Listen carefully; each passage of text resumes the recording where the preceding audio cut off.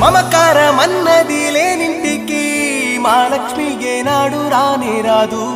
ఆప్యాయతన్నది లేని నాడు ఆ మనిషి బతుకసలు బతుకే కాదు. విడిపోయి కూడే వేళ